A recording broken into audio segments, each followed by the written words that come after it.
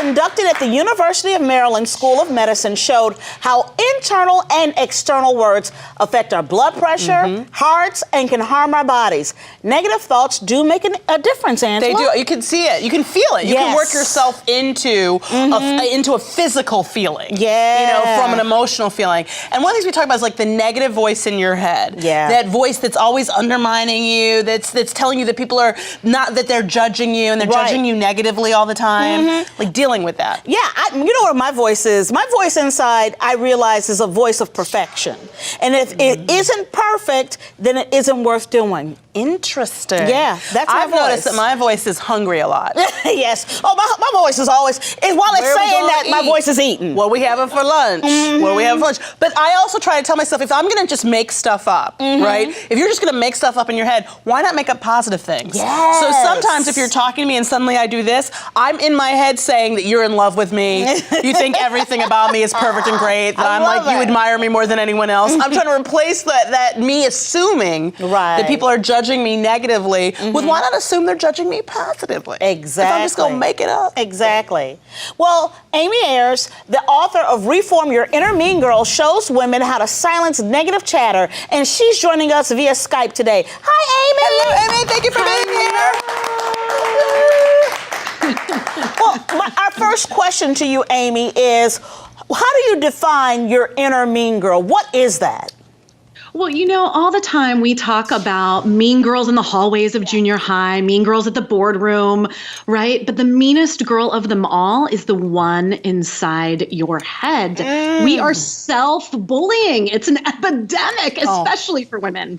I love that. That is too much truth, Self-bullying. Amy. That's too much truth, girl. Yes. And how do we stop self-bullying? How do I not bully me in my own home? I know, right? It's like we should call the authorities. We're so mean to ourselves and so incredibly hard on ourselves.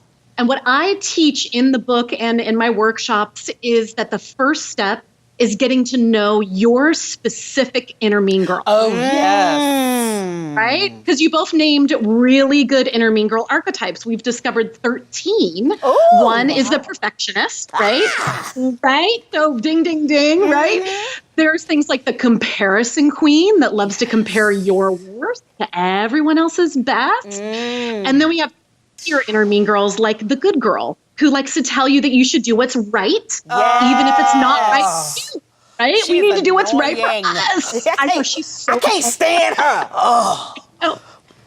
Yeah, and then we have even crazy ones like the achievement junkie that has you waiting for that next achievement, going for it, and you know she always moves the finish line. Yeah. So it's like you're about to run the finish line, and then she's like, "Psych! I'm just going to move it a mile further." Yeah. Exactly. What do you find are the most common like inner negative thoughts that women have? Because I'm sure there are some that most of us do.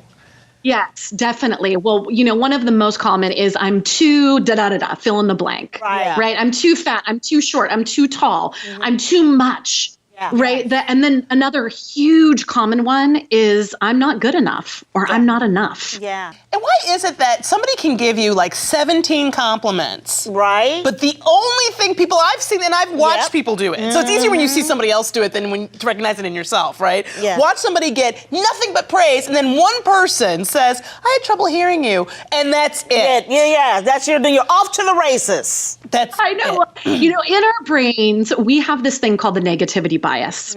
And our brains really developed this because we needed to look out for the one poisoned berry back in, you know, hunter and gatherer times. We needed to make sure that we could stay alive.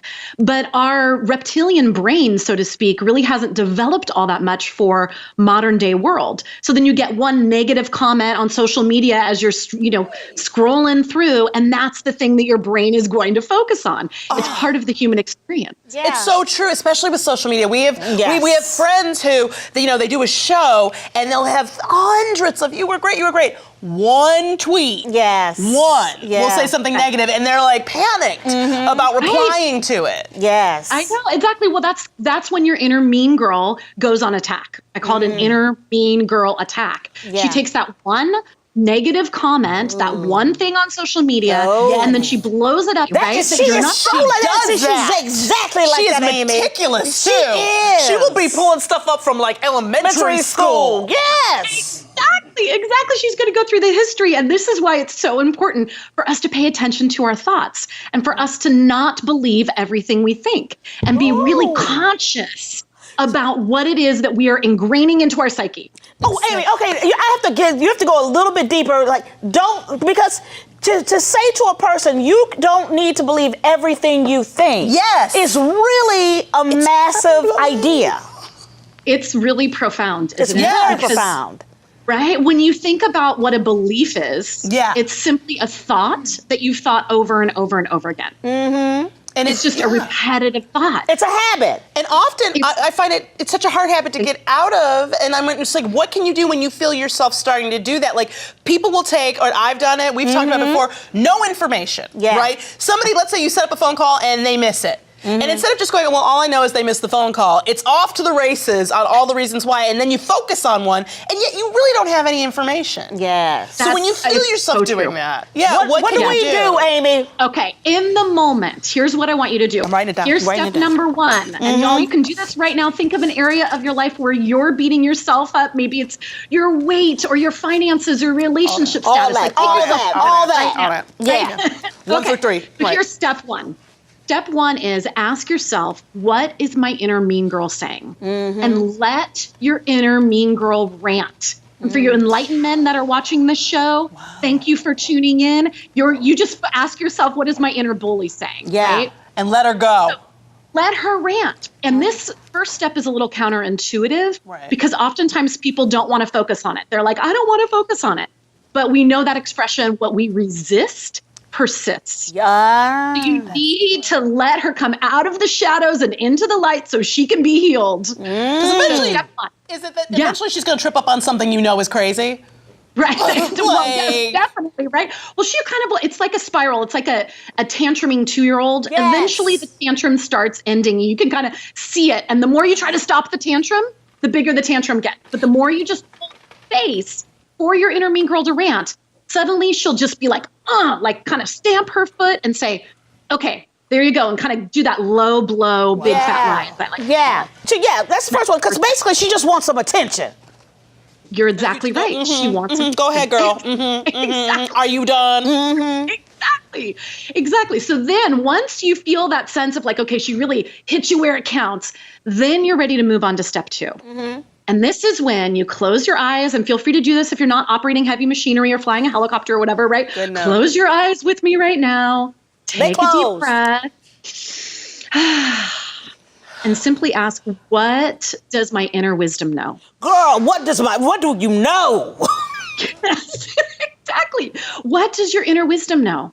Yeah. And you might call it your inner wisdom. That's what I like. You might call it your higher self. You might call it the God within. You might call it whatever it is that works for you, right? But that voice of truth, your inner queen, beautiful, right? So then ask her what she knows. And I have to tell you, ladies, I've been asking this question for decades now to my clients and in workshops.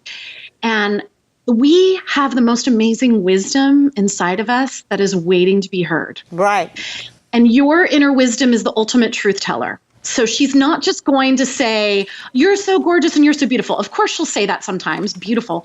But she'll also say, sweetheart, get out of that relationship. Yes. Thank you so much, Amy. Thank you so much.